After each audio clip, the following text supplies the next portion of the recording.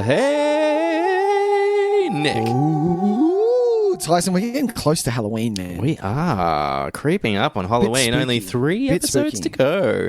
This is episode number 157 of Nic, Tys and Videotape. Episode 159 will be our Halloween special, I believe. I think so. Yeah, maybe. Talking very high.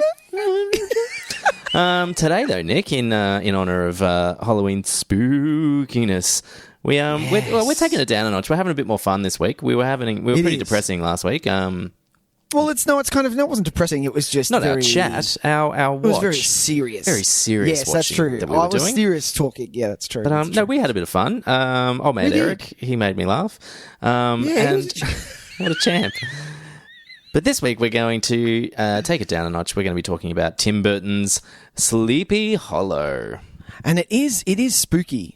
Sleepy Hollow. You hit it right on the head. This is like old-fashioned spooky. Ooh, yeah, it is. It's and that's exactly what we needed. This puts the fun back in Halloween. There's no, you know what I mean. I just let you. Yeah, I let you sit. That was Halloween. Very good, Nicholas. Tell the people where they can find our show after that stellar intro. We're keeping it all. Ladies and gentlemen, thank you so much for joining us. I hope you are out and about and having fun wherever you are. If you're in Victoria, maybe not so much, but that's okay. It's probably around the corner. Cross your fingers, guys. As long as we're healthy. That's exactly. Ladies and gentlemen, thank you so much for joining us. My name is Nick. This is my good friend Tyson. We have a movie podcast which you've tuned into. And if so, did you like that intro? Because that was fun for us. Yeah, that was all time. Exactly. Please like, subscribe, rate, review wherever you are listening to this podcast. We would love it very much, Lee. Other than that, if you wish to look us up on social media, which is Facebook, Instagram, or Twitter, I'm sure you don't need me to tell you which ones to look us up on. I'm sure you have a social media on your phone or the thing that you're listening it to. Exactly. So all them ones you've got on your phone, just look for us on them and you'll find us. Just go, Nic, Tys and Videotape. Ooh, that's a rad poster. Cool. And then I hear that they do other posters on Instagram. I'll look them up on Insta. Ooh, that's really good. I like that. Yeah. And then but that's the best part. I didn't realize this because someone told me this the other day. They said to find out which movies we've done and ones they like, they look through the Insta posters and go, oh, they've done The Karate Kid. I'll look up that episode. That's a good way to do it. Oh, that's a good way to do it. Saves you scrolling through a whole bunch of just dry text on a search engine. On a podcast. Exactly. Yeah. Look up the poster. Oh, that looks like fun. Exactly. Problem solved. There you go. So, yeah, look us up on all the social medias. You'll find us all that. Other than that, we're on YouTube as well. If you listen to us, if you're a podcast YouTube listener, that's rad. And Tyson and myself are big fans of the Letterboxd app. So if you wish to follow Tyson is TYS_videotape, and I am NIC_videotape. And if you follow us, you'll find out what we have rated Sleepy Hollow. You will indeed. That's a good one, Nick. I like. Yeah, that's solid. Like yeah, I like that. Hey, Nick, should we talk some trailers? Tys. Let's talk trailers, man. Everybody's talking trailers.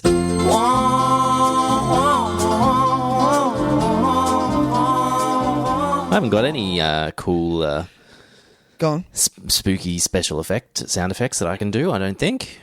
I can. Really? I try to do a wolf howl and it always sounds terrible. It's not great. Yeah, it's terrible. It's good. It's not bad. But you've at least got the menacing laugh down. Yeah, that's because I've listened to Thriller that many times. Very good. Yeah. Vincent Price. Oh, yeah. You'd be proud of that one. Nick, we've got a couple of trailers we're going to talk about. What should we talk about first? We do. Let's start with a bang, Tyson. Let's do Jiu-Jitsu. Jiu-Jitsu. You know what I don't understand? How the hell are you still alive?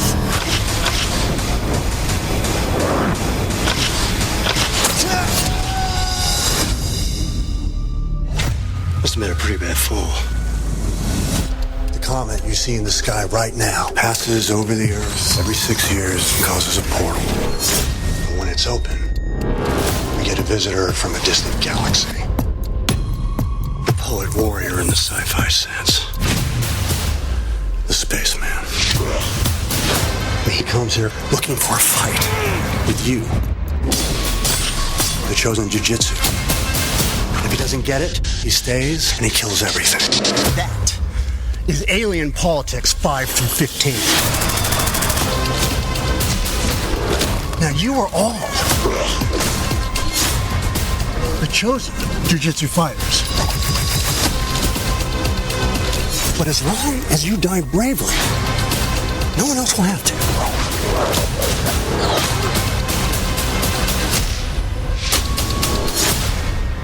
He's crazy, like me.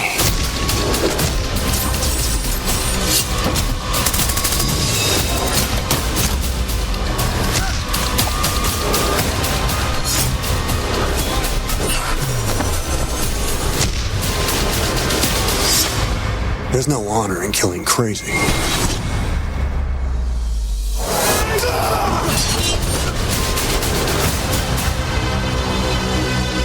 I can fly too.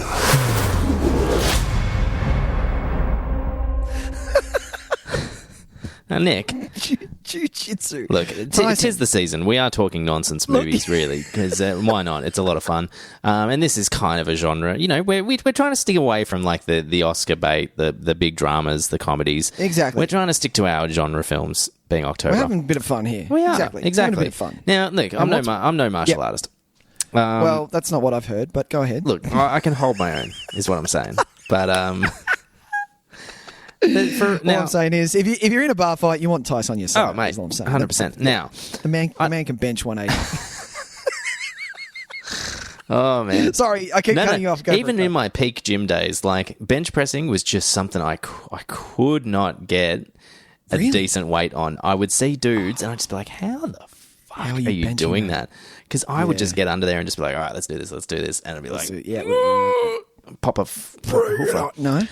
Did you pump some music and fucking rip it up? Did you? No. Yeah. That's totally my style. Yeah. I was a real, roidy. You're a roid head. Anyway, I know it.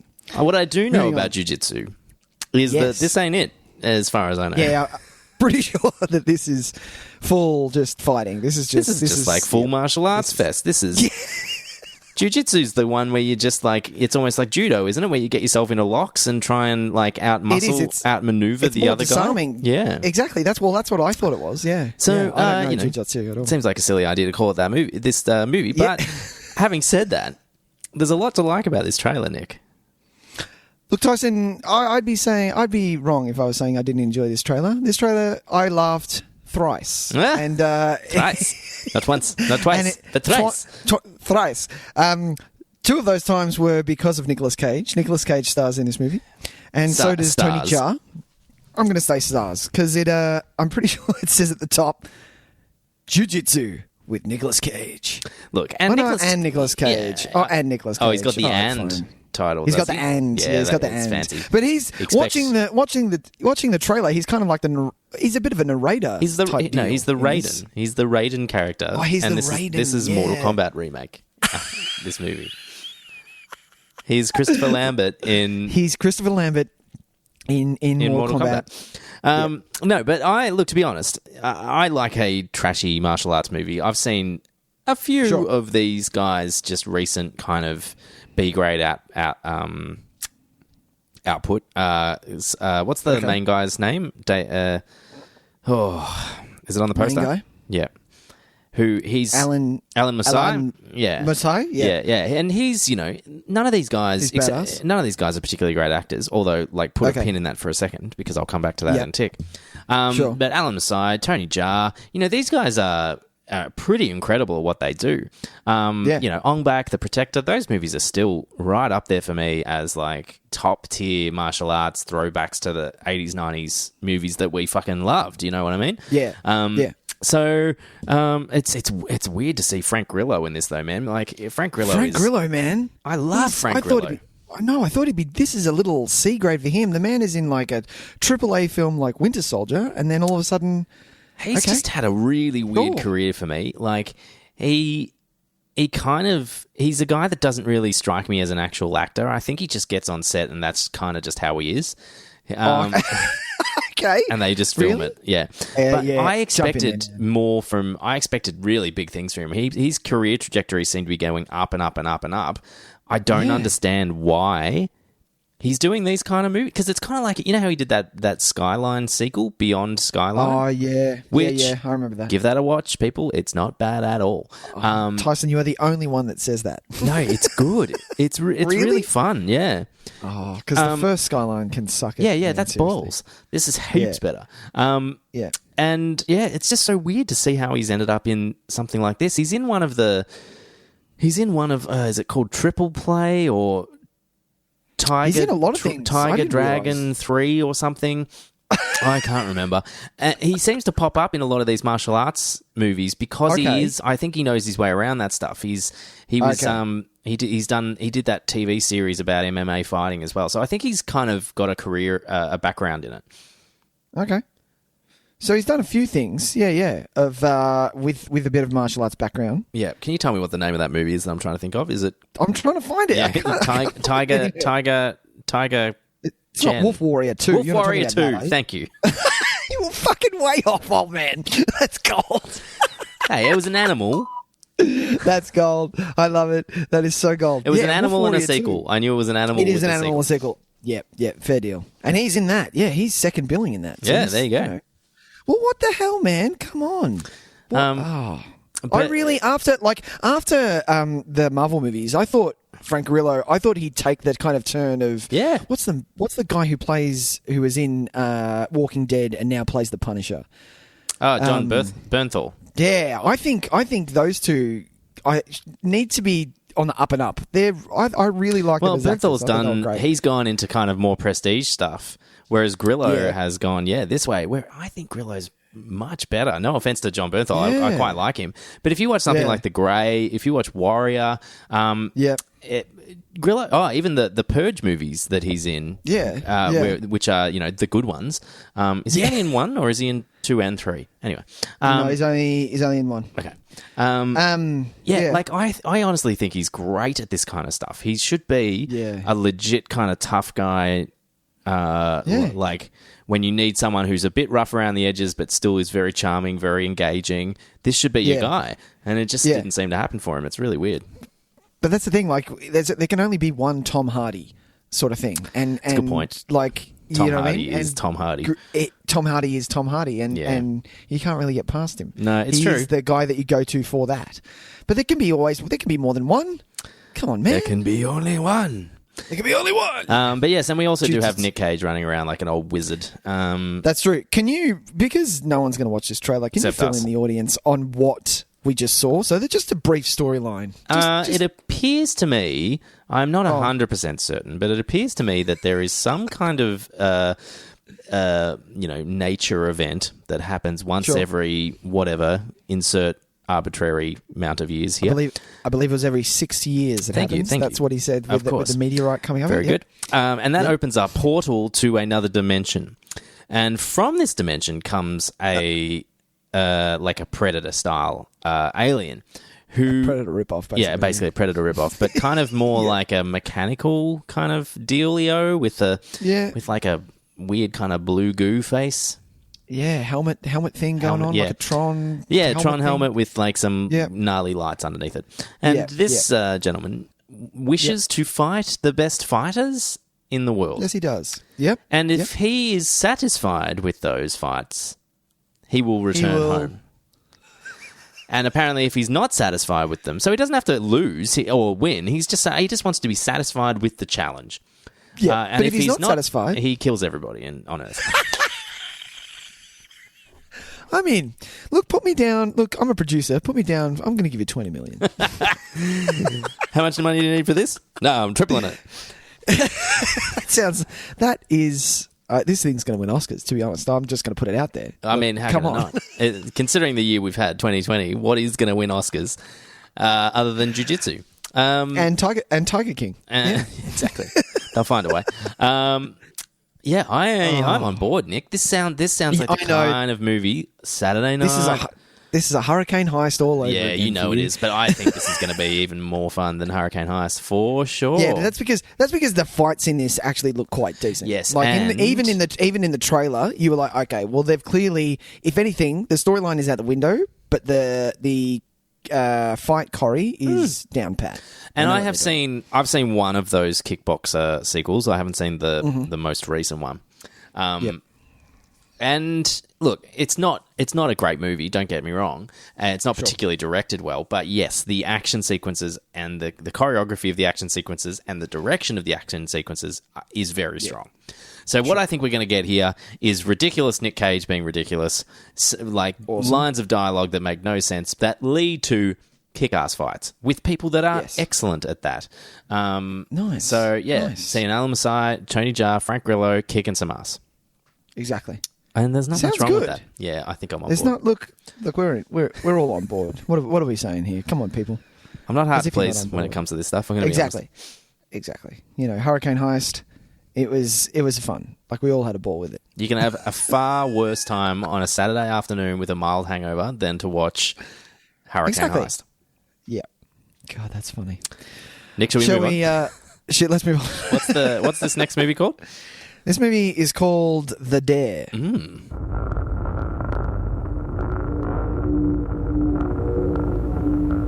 What happened this last year, Sam?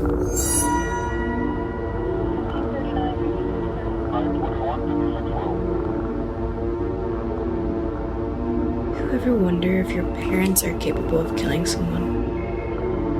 What, like you think your mom's a serial killer or something? I have my suspicions.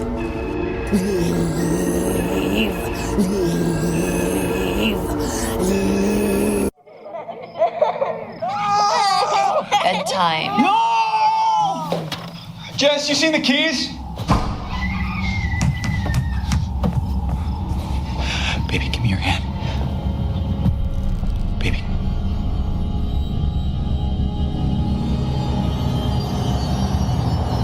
Stay there.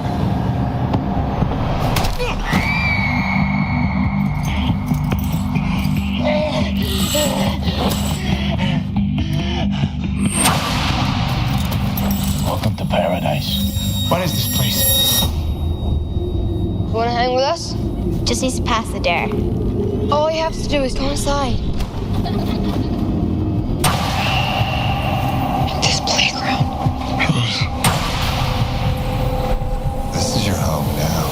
Understand? You'll grow big and strong, just like you.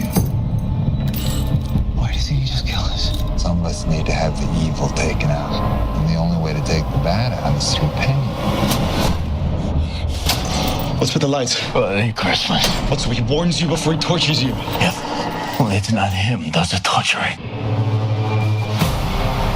I'm getting out of here. And the way out is through that door. You have to do what he says. You'll go for our family. We can escape. We just need to be clever. It's a waste of time. What are you hiding from? Life's all about choices. When you got no choice, you got nothing. I'm sorry.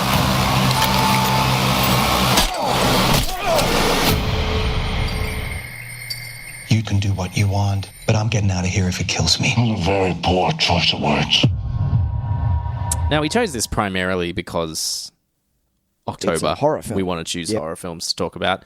It did look like the most interesting of the horror films that have had trailers land this week. So, yeah, no. Because you do get a lot of them. Yeah, exactly. We always tend to get a few. And, this doesn't exactly look like high profile or anything. I was saying before, I don't recognize any of the other films the director's made. I don't recognize any of the actors. Yep. But we were kind of intrigued by the premise. It looked fun. I was intrigued. I may watch this. Yeah. Depending on some It- reviews and things, I Exactly. might want to give this... Just because it's... As much as, yes, it seems like it's a bit of a Saw ripoff, a bit of a Hostel ripoff. Yep. There's just an element to it where I'm like, yeah, I'm interested to see what the end result of this is. You know what I mean? Yeah. Is it... because there's a heavy emphasis in the trailer about the escape from this. So why don't you fill... I did the last one, so you can do this one, Nick. Fill in, give the audience just a little bit of an indication of what's going on in the plot. Okay, so a guy and his family, which is takes up a fair chunk of the trailer. A guy and his family but not his family. Just him gets taken, and he wakes up in it's basically a cell with no windows, and he's chained to one corner. There is a female chained to another corner and another male chained to the other. I think it's just 3 of them, not 4, but 3. Anyway, you find out through the course of the trailer that they are in there, and whoever is holding them there for obviously a reason, but he's the one who isn't torturing them. He's getting the other person to torture, like the other people who are in the room with you to torture you. And if you don't do it, obviously you either die or something. No. They said your family gets hurt. So their families are still alive and things like that. And if they don't do what they are told, their families get hurt. Now, these 3 people obviously are not gagged. They can actually talk to one another, and they're trying to escape. And that's literally all we kind of got. You do get a lot of it's possibly the person who's holding them is, and I've seen the actor in a few things. I don't know. Is this Richard Brake that you're talking about? Yeah, Richard Brake. Yeah. So he's obviously holding them, and he has either a son or a small kid. Well, there. this is where the title of the movie comes from, is because there are a group of children out the front of this house who dare a child to go into the house. To go in. And then he goes in and then gets kidnapped by Richard Brake and kind of becomes his like surrogate son, who witnesses what's going on with these people living in the basement. Yeah. Interesting. Very interesting premise. Here are some things that I assume will happen. The kid will help them escape. Okay. Or vice versa. The kid will get them to a certain point and then kill one of them as like a twist. And he's the jigsaw now. Exactly. He's Costas Mandalore now. Fuck you, Costas. Depending if is this going to be depressmo ending or is it going to be like happy uplifting ending? What else? Yeah, I see this ending much like the end of Green Room, how they just all sit there, everyone's dead, and they're like, man, what a weekend. Yeah, exactly. Shit. That was fucked. Now, we also saw flashes of certain tortures, and I get the feeling that this is going to be a movie that will stand on its like, oh man, you got to fucking see this movie. It's some gnarly shit happens. And so I'm hoping. Yeah, go on. I was just going to say, I'm hoping it's not, because you know me, we've talked about our Saw movies. In no way were those moments my favorite parts of the Saw movies. Like the real, just like flat out, you're going to just watch someone dig a fucking thing into their chest. Like, I'm not into that. Yeah. The creative ones, I was all about them. They're fantastic. Exactly. If you're talking about a whole bunch of dead pigs, then I'm all for it. Exactly, because that's so weird and creative. Fucking insane. Yeah, God, what's that all about?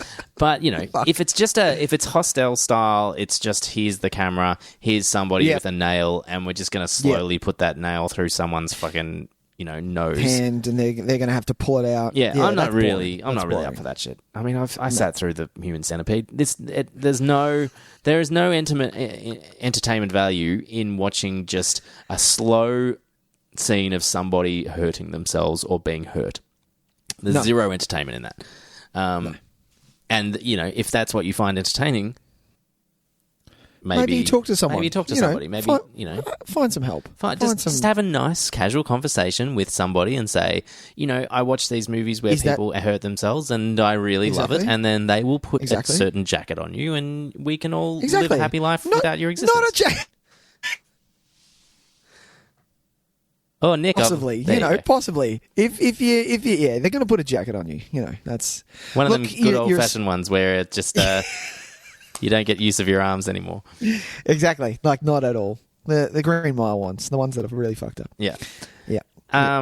But look, there's some interest here. Some interest. It might be worth waiting for some of the horror sites that I read, maybe to check out some reviews and things. Yeah, we'll see how it goes. I mean, that's the thing, like with any of these, you're kind of, especially with horror, I think horror is the genre that I really wait. I don't listen to reviews at all. Unless the trailer is fucking insane, or I don't go in unless I've heard someone say, "Oh no, you should watch that. It's actually quite good." When I, not that I saw a trailer and not that it's really horror, but I saw the cover for Green Room and went, "Yeah, no, that looks like a piece of shit." And poor Patrick Stewart is reduced to doing B-grade crap. Until you, Tyson, said you need to purchase said movie and you need to watch it. Damn straight. And I'm like, what? I'm purchasing it. You're like, you are purchasing it. Yeah, and I was like, skip the rental step. Just go straight the to rental. purchase.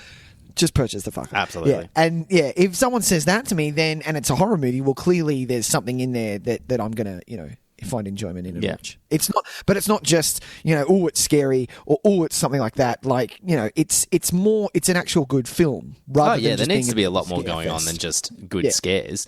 Exactly, and especially when it comes to like rewatchability for a movie as really intense and full on as Green Room is.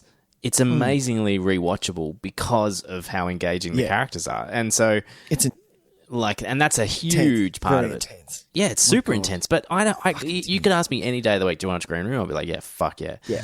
And so that's that's got to say something about not just it's violent, it's crazy, it's full on. But man, I love those characters.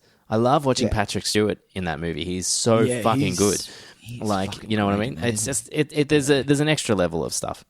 And also, man, horror is the only genre where anything that gets made that is in horror gets a certain release, gets pushed as a release. Gets greenlit, yeah. Because they know they can sell horror. You can sell horror much easier than you can sell a kind of bad indie drama. If there's a boring, bad indie drama, it's going to get seen at 3 festivals and that's it. If there's a boring, bad horror movie, they know they can make a quick buck off it. So it's going to get a wide release. So we need that we need that quality control. We need all these people to look at it first and go, no, skip it. No, give it a pass, man. Yeah. So we'll see with this one. We will see. We will. That was The Dare. The Dare. Shall we move on to our feature prez, Nick? Let's do that. I like it. Oh.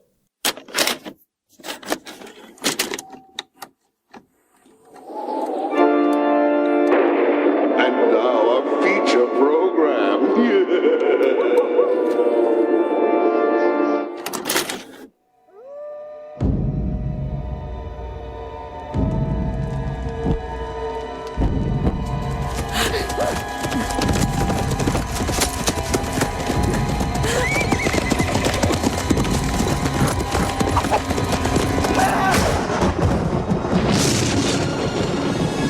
I am Constable Ichabod Crane, sent from New York to investigate murder in Sleepy Hollow. How much have your superiors explained to you? Only that the 3 were slain in open ground, their heads severed from their bodies. Taken by the headless horseman, taken back to hell. He rode a giant black steed. To look at him made your blood run cold. Even today, the Western Woods is a haunted place where brave men will not venture. We have murders in New York without benefit of ghouls and goblins. You're a long way from New York, Constable.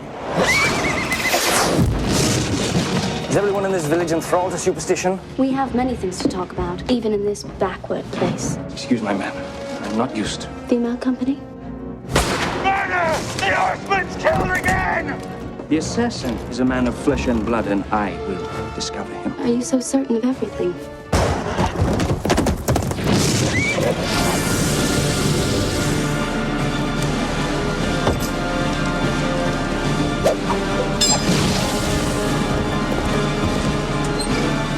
Perhaps there's a bit of a witch in you, Katrina. Why do you say that? Because you've bewitched me.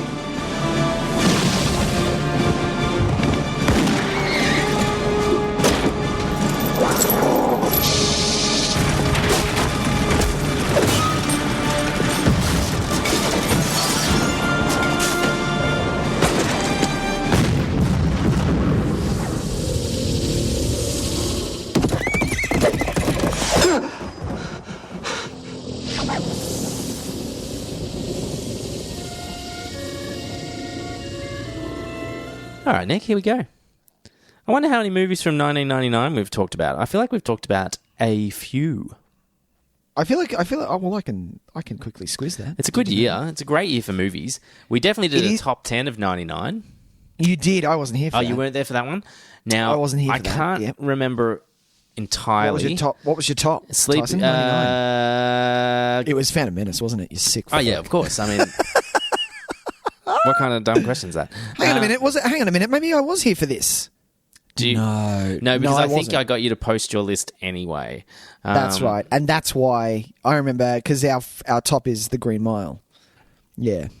We both had Green Mile, did we? We both had the Green Mile. That's why. Yeah.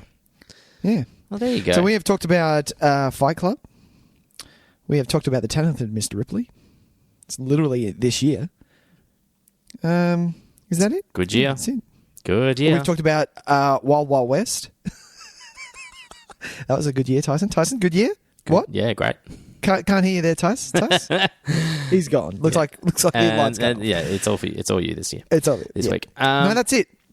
But it is a good year. This was prime. This was very much prime video store days for me. Oh yeah, 100%. I would watch everything. It didn't make. Now this movie didn't make my top 10. Did it make your top 10? As if I know. I don't think so. No, fair enough. Just looking at like Letterboxd's first page, I doubt it. It made it's just too much. It made my list of like extended honorable mentions. So was probably never going to make the list itself, but it's floating around the outskirts. Nice. And I after the rewatch, I think that's a really fair space for it. I think. Yeah. This is a really fun movie. Fits this Halloween vibe so well. Like, I'm so glad I got to watch it in October. I don't think I've ever really thought about it before and thought to watch it during Halloween season. Oh, really? Yeah. Because it's perfect. It's perfect. Because it's spooky. It's spooky. It creates the mood. It's not traditional horror, someone running after you with a knife or, something like that. Like, well, it kind of is that. Headless Horseman does come after you, but that's not the point. The point is there's more to this movie than just a blank face, no one running after you. But the fears, the scares aren't designed to be like oppressive, kind of like certain slasher movies are, where you're just like you're buried deeper and deeper and deeper in despair. By the end of it, you're just exhausted. This is really a barrel of laughs. This is like sitting in a ghost train, and good point. That's what makes it so much fun and so suitable for this time of year, I think. Because like I said, we've been watching some pretty full on stuff. And even in my own watching, I've been kind of stumbling across full on stuff and being like, "Whoa, geez, I need something a bit lighter."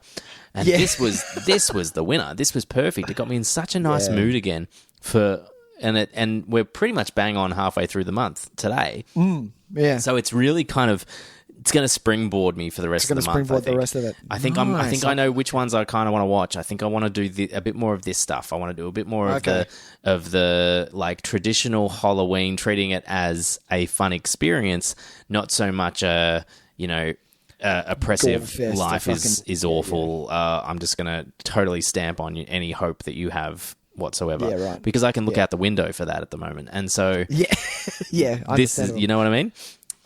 Yeah. I saw this at the cinema, Tyson. Me too. Yeah. I'm a friend of mine. I'm friends with a brother and sister. Good friends with both of them. And this is at the time in '99. And they both said, "Let's go to the cinema. We'll go next week." Cool. The sister said, "Oh, the brother doesn't want to come. Let's just go." I was like, "Okay, cool." After the movie, we went to their house. He turned around and went, "Did you guys go and see it without me?" I was like, "She said we could go." Totally. Oh, I felt awful. So this caused a rift, this movie? It was a mad rift. It was for ages. Yeah. Just because we were big Tim Burton fans back then. Sure. We could be, remember being a big Tim Burton fan? Yeah, absolutely. Absolutely. Yeah. I think this is his last. I think this, like Sweeney is after this, but Sweeney Todd the musical is my favourite musical ever. So that it kind of didn't really hit the mark for me.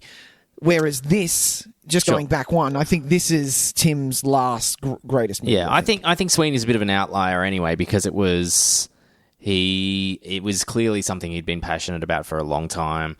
It was a pre-existing, already fantastic material to work from. Yeah. So even like I think that movie is good, bordering on great. And I think it's okay. Yeah. But even if it's that close, like. You can tell that's not so much because of Tim Burton getting his grubby mitts all over it. I think it's no. It was always going to be at least decent, and it just so happened that his his, whatever you want to call it, aesthetic just happened to suit the material well. Yeah, because absolutely. All his other shit at the moment is just so not interesting to me at all. Not him. Yeah, it's not. It doesn't feel like it's him. Like especially with Sleepy Hollow, even with what was the one before Sleepy Hollow? Was it Big Fish? Big Fish was after this, I think. Oh, really? Yeah, actually, Big Fish is a pretty good movie. So we can. Yeah, I really like Big Fish. We can put Big Fish as maybe the last really good Tim Burton film. But it was really his type of it felt like him. Whereas Dark Shadows and Mrs. Pettigreen's Home for Particular Children, I'm like, this is not the Tim Burton that I grew up with. No, not at all. Beetlejuice, Batman Returns. What was one of my favorites? Fucking Mars Attacks, and this, and that is Burton just beautifully done. Yeah, and he had a little run there where you could see his love for like classic cinema, and you could see his love for like Gothic-horror, Hammer horror stuff. Like you could see all those influences through his work, and now it's just like he can just seem to do it because I honestly think it's because it's so much easier for him now to just use CGI. Which is a real shame, but because for me, his visual styling is based all around the fact that it's fantastic, but it's still very much real. Absolutely. And with that element gone, he's just another guy now directing like fucking exactly Alice in Wonderland sequels that nobody asked for. Kids movies that everyone is jumping in the bit to Did he see, do the second one? I should take that back. Maybe he didn't do the second one. Alice in Wonderland? Yeah. No, I don't think he did. No. Then I take it back, Mr. Burton. That's okay. But yeah, have you always liked this movie, Nick? I have always liked this movie. This is such a great movie, especially like not only is it living in the world of Tim when the credits roll and you hear Danny Elfman, because it is very specific what Danny does for Tim, with the chorus and all of that in the background. Like it really kind of creates the world that you're just about to see. So with that, I always love it. Like especially my favorite Tim Burton movie is Batman Returns. Yep. And it does the same thing when you see the penguin being thrown over into the water and the baby carriage is going down all the way down the river. And you hear that music and it just opens up to what you're about to watch. So this is exactly the same for me. You're getting that, but also on top of it, you're getting a Johnny Depp performance that is kind of one of my favourites. Because he is just... it's not hamming it up too much. It's right at the line. If it gone any further, it probably would have gone over. But I think this is one of his performances which is just stellar and really outstanding. I wrote a similar note as well. I feel like it's right on the edge, and any further, I would not be digging his performance at all. But he just manages. Yeah, he just manages to restrain it to a certain degree, and it's in certain circumstances. Like he, for me, one of the greatest bits is when he's hiding under the covers after seeing the horseman. I think that's so funny. I laugh. I still laugh. Yeah, I think that's really funny. That and when he sees the spider out of nowhere, you're like, oh shit! Yeah, that spider's fucking disgusting.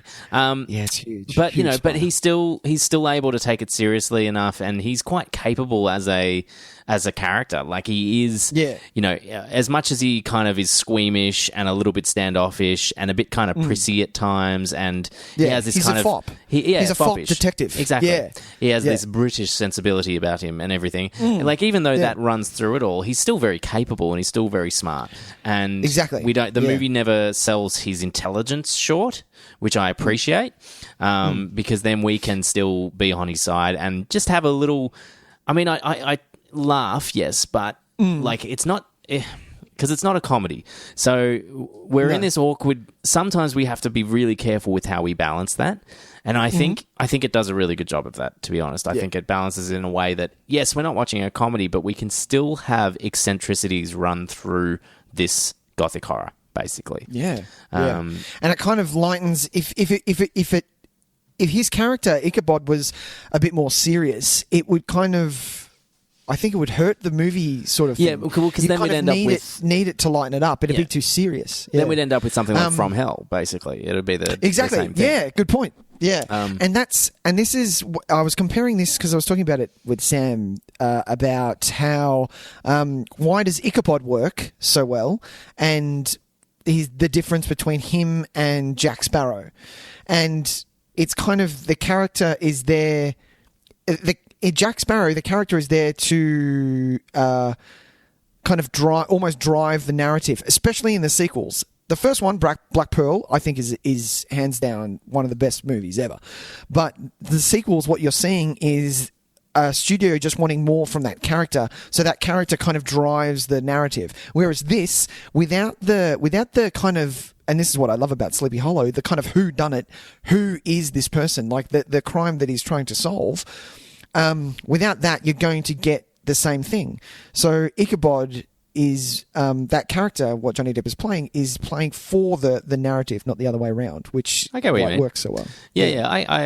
It's a good point. It's a really good point. They did, they lost sight of how to use Jack Sparrow in those sequels, and so he ended up being more of a he's almost like the MacGuffin of the movie. Exactly. Whereas in the first one, he was perfect because he wasn't even the lead. He was just he was like he was the Han Solo to Orlando Bloom's Luke Skywalker. So it made it for a much better use of that character. And in this regard, you're right. It's not him. He is eccentric. He is weird. He's the kookiest of the bunch. But but when it gets serious, he's serious. Yeah, and he serves a very his narrative purpose isn't simply to react to things. It's to, his intelligence is a catalyst for moving along the plot, which is very important, I think. Yeah, exactly. Yeah, no, it's funny that this is the same director and star of certain movies that have come later that completely just don't work. And, I don't think they approach it particularly differently, though. Like, Johnny Depp, I don't think... he's obviously the kind of guy that does like to push the envelope a little bit, and it's kind of like, hey, can I wear a silly hat? Or what about a funny accent? That seems to be something he likes to, fuck around with. And it's funny how it works in this when it probably shouldn't. And I can't really put my finger on why, aside from the fact that he just happened to hit the perfect amount of Halloween kind of enjoyment, Halloween spookiness. Because this isn't a kids' movie. Like, people are getting their heads cut off left, right, and center. But there's a shitload of blood in this movie as well. I totally forgot. Yeah, it's pretty gnarly. Some of those shots. It gets pretty intense. But there's maybe it's the kid in all of us that loves and misses the fun of Halloween. And so maybe this movie's kind of for us, like for those people who, can watch something that's more serious, more violent, but also remember the spooky, the fucking cartoon, man, the Disney cartoon that I used to watch every single year because it was always on Channel 10 around Halloween. Like Disney Halloween special, the Ichabod or Headless Horseman cartoon. Sam was telling me about this. I never saw it. Are you serious? Yeah, I've never seen it. You've got to be kidding me, man. No. I almost know it back to front. Yeah, she said she knew it. She knew the story from that she watched all the time. And I was like, that's so funny that you never saw that. Yeah. Because they fucking plugged that thing. And what's funny is that we talk about that Garfield Halloween special that nobody else has ever heard of. Jesus, I've watched that multiple times. That, and that still scares me. That old man near the fucking fire. Oh my God. Yes. 100%. Like, seriously, he's the scariest thing in the world. Yeah. I used to have that in comic book form as well, which was amazing. Yeah. What, the Halloween special for Garfield? Yeah. So, look, I hope I'm not making this up and it hasn't been a weird... some childish memories just get twisted. But I used to have these Garfield books that were not comics. They were like thin they were like books. Flat books? Yeah. And I swear to God, I had one that was the Halloween special. Or it had that story in it, that particular pirate story. It was a pirate story, wasn't it? Yeah, it was. Yeah. He dressed as a pirate. Him and Odie were pirate, and they were stealing treasure, and fucking got in a boat for some reason. I forget why, and they went down river, and then they see this old house with a little bit of a light on, and they go in, because they're trick-or-treating because Garfield wants more candy, and they go up, and it's just an old fireplace that is lit for some reason. There is no furniture in the room except an old wing-back chair, like the one I'm sitting in, and they go up and warm themselves by the fire because they're freezing, and as they turn around, there is the scariest old man in the fucking world there. Oh, my God. I'm going to track this down. That's going to be... Oh, my God. It's on YouTube. I think we should... I'm going to put together a little bit of a... I think because we've got nothing else to do. I think I'm going to put together a little bit of a Halloween viewing kind of thing. I want to watch. Nice. I want to watch like a program on Halloween night, and I think that needs to be on there. That needs to be sure. Yeah, that's true. That's true. Oh, that's nice. What are you going to watch on Halloween? I like that. Oh man, it's hard. That's hard. Really tough because the pressure's on. I was looking up before we started this podcast. I did because Tyson did. You posted on Facebook ages. It was at the start of Halloween. You said you were doing 30 movies for 30 days, horror movies for Halloween, and I was like, that is the best idea. I am in, and I did it. Do you know what I did, Tys? I looked it up the other day. I did 20. I think I did 30 films. 31. I was like, I'm out. I'm done. I need a fucking rest. And I didn't watch anything for Halloween. Are you serious? Oh, you made it all the way to 30? Watch it. Surely you could have just put something on in the background and just been like, I this should have counts. watched Garfield. Yeah, no, that's it. You should have watched the Garfield Halloween special. That counts. Exactly. Should have watched Ichabod and Mr. Toad. That counts. Haven't seen it. How good is this cast, my man? Like, oh, dude. This is like, and even in 99, I don't think I appreciated it that much. But now watching it, when you see the names just like scroll through, and then you're just like, every name that pulls up, you're like, fuck yeah. Like all time, like legit acting royalty. Huge. And then you have Jeffrey Jones as well, who's like a bigger scumbag as well. So yeah, he's a bit of a dodge. Yeah, he's a real dodge. So let's not worry about him. But, you know, when you just see, like, Michael Gough and, Miranda Richardson and... Ian McDermott. Oh, Ian McDermott. That's fun when his name pops up. How good is that? Like, oh, fuck, man, the Emperor. I forget he's in this. Christopher Lee, of course. Oh, Christopher Lee in the little cameo, and Martin Landau in the cameo at the start as well. Yep. You know, I mean, these guys obviously like working with Tim Burton anyway. Yeah. But it's just a really... It's fun to just spot all these character actors that you love. Richard Griffiths as well, who's always fantastic. So good. And they just pop up in little roles. The fucking scariest thing in the world is Christopher Walken as the Christopher Walken and his pointy teeth. Jesus Christ, that is the most scariest thing ever. He is terrifying. The fact that he just yells, like he just whatever that is, like, oh, it's scary. He's a weird choice for this, isn't he? Yeah. Oh, yeah. I think that's a really odd choice. I think it works. Walken. It totally works because but he's such a like. I know I know as an actor he does a lot of very strange things, and I suppose it depends what you know him as. Like, I know him as the lovable guy that hosts a whole bunch of Saturday Night Live, and is, like, that's what I know him best as, this really sweet man. Yeah, right. And so seeing him in this, it's kind of like, yeah, that's an odd choice. But I suppose if maybe you knew him best as like the guy from King of New York or something, where it was like the stuff where he's been a real hard ass. See, I know him as Max Schreck from Batman Returns. Oh, yeah, well, Max Schreck as well. That's all I know him as, yeah. Yeah, interesting. It's so interesting. But he fucking pulls this off. Huh? He's not in a whole bunch of it, but when he looks at those two kids and shushes them, mate, that tingles me. No, and it's also the look that he gives Miranda Richardson just as he's about to bite her tongue off. Yeah. Like oh my God, it's the scariest thing in the world. Oh, so good though. Casper Van Dien. Tys? Fuck yeah. Our man Casper Van Dien. Johnny Rico. Just to let everyone know that this is our one claim to fame. Johnny Rico actually follows Nic Cage Videotape on Twitter. Oh yeah.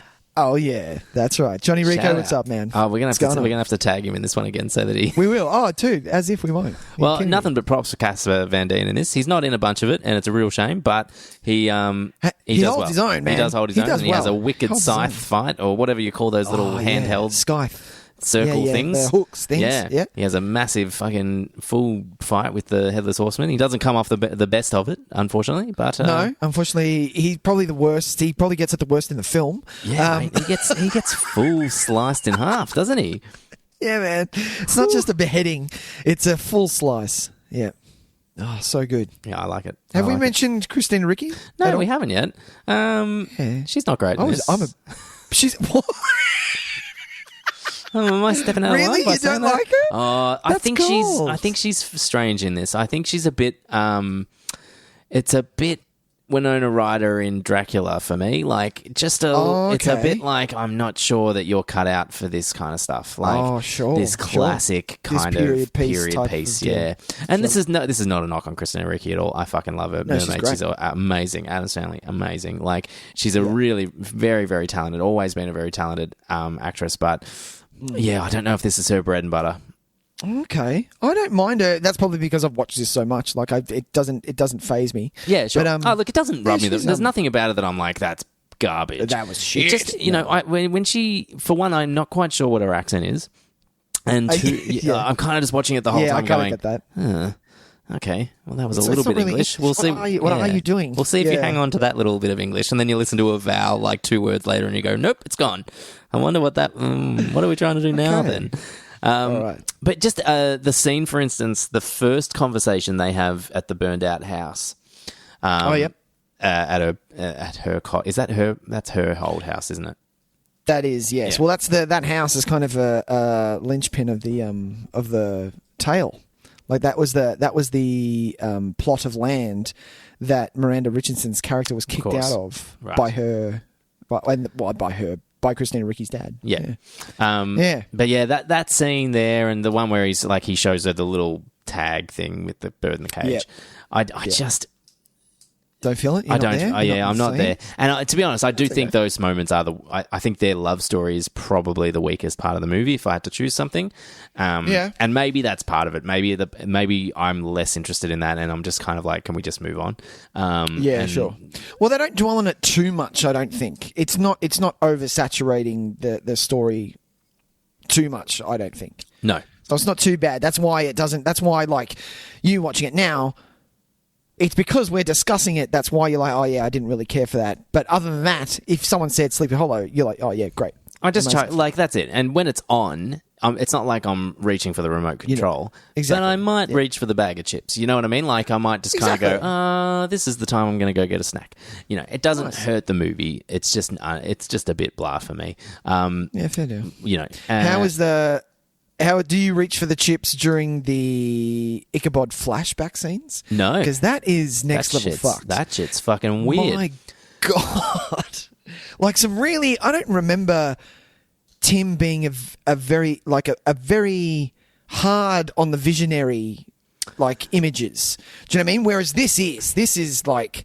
That red door and that corridor particularly know if I agree with that. No? When you watch something like Edward Scissorhands, and I think there is imagery that is so strong and striking. Oh, I'm not saying that, but I'm saying like the very specific type imagery. His imagery in his set design and his things like that. Like he obviously is a director who wants something a very particular way, and he'll want it as his sketch because you know that Tim sketches and he draws all his characters out and things like that. Whereas this, it was kind of no. I want the flashback to be very specific. And I get what you're saying. To me, it felt like when he did flashback, it was kind of like I was, because this is obviously it reeks of Tim Burton, this whole movie. But those flashbacks for me felt like, oh, here we go. Now it's a Tim Burton movie. Like, yeah, right. Like that moment where she's where they're dancing in the field, and you've got the music in the background, where it's like that for me was like reminiscent of like the snowstorm scene. Winona. Nice. Yeah. And I was like, oh, here we go. We're getting some Tim. This is peak Tim Burton. And I don't care. You can tell me a million times this didn't happen, and I won't believe you. He would have showed the scene with the priest dad, and the Iron Maiden. He would have shown that to the producers of Sweeney Todd, and that's why he got the gig, I reckon. The stuff that happens in that is... I reckon it's so reminiscent of even the story of Sweeney. It reminded me of the whole thing with the with Alan Rickman's character, which is called the... Oh, God, why can't I remember his name? It's not the Beetle, it's the other one. It's not the Beetle. Oh my God, it's my favourite musical. Judge Turpin. Thank you. Yeah, the whole thing with Judge Turpin stealing Sweeney's wife. I was getting all these kind of like, this is really kind of suggesting a very similar story where we've got this evil kind of man of power corrupting this innocent woman, and it all resulting in very violent outcomes. Oh yeah, to me, I was like, this was like his Sweeney rehearsal. That stuff, and I really dug it. I've always dug it, except for that bit where she falls out of the Iron Maiden. I find that a little bit too intense for me. Too intense. It's just a bit. Okay. I think the wrong way. I think there's two moments in this movie that, if not that it was invented, well, it was, but it was really shit. It's kind of a 3D movie before 3D movies happened. Because the fact that she kind of leans and kind of smacks against nothing, and it's kind of, and all the blood rushes like a wave. You're like, is this a 3D movie? The other bit is where when they go and visit the other sister, the witch, in the cave, and as he pulls back her head, and her eyes and tongue come out towards the screen, and you're like, what is that? Yeah, exactly. Was this going to be 3D for like 2 weeks? Not 3D. And then everyone changed their mind. People were like, but the shot's done, man. Like, come on, can we just give them the cellophane glasses? Yeah, for just we'll do that thing like they used to do where they say, put on glasses now, and a little sign will come up. Down the bottom. They saying the witch is a bit of a shame because it pays off at the very end. But it's kind of I think it's a bit of a missed opportunity, really, because it's so good, and it's like they leave the witch's house, and you're like, oh, okay, not gonna maybe incorporate her into the story at all, like this really interesting character that kind of proves that magic and witchcraft exist in this universe, and you're just gonna let her. Okay, she just stays in the cave then. All right, cool.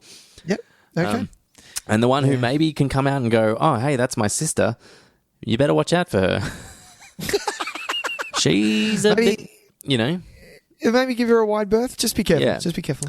Oh, she's causing all this? Yeah, no, that doesn't surprise me. All right, cool. Well, I'm glad I came along, guys. We've got it sorted. I'll be here all week. Exactly. I'm going to go back to my cave. Anytime you need me, just give me a buzz. Exactly. Does anyone have any bats on them? I need another bat. I went through a lot of bats for this one. I need some new bats. I do love how she tests the chains to make sure that they work. I love that bit. That's such a nice little touch. And Johnny Depp just kind of like leaning back like, oh, what's that all about? Yeah. I think it's a really nice touch. There are so many great moments like that in this movie. Like finding the tree of the dead, finding his grave, and then Johnny sees, like, he rubs his hand just on the bark and comes off, and it's all blood. Yeah. And he goes, that's peculiar. Let me see something here. Gets his little axe out and just starts hacking branches off, and it's just squirting. And then all of his heads come out of nowhere. I'm like, that is petrifying. Yeah, that is great. It gets that is really old school gnarly. spooky horror. Yeah. Like, it's great. I really like it. It does. It gets a bit kind of, and maybe it was just our close proximity to last week, but it gets a little Sam Raimi for a second there. Yeah, just a touch. With the weird kind of like the way the heads kind of push into the camera. Coming out of that. Yeah. And it was good. And the blood spatter and it gets a real kind of gnarly for a second because he's pulling bits of bark off, but because of all the blood, it feels really fleshy. They feel like he's pulling flesh away. The second one that he pulls, it looks like just a big chunk of flesh. Yeah, exactly. I'm like, what are you? Oh, that's just a back piece. Yeah, that's disgusting. So it does get a bit crazy for a while there, and I enjoy it. I'm all about it. Yeah, but he evens it up, like with the I don't remember. Oh no. I'm not going to say that. No, I will say it. There's a lot of action in this movie.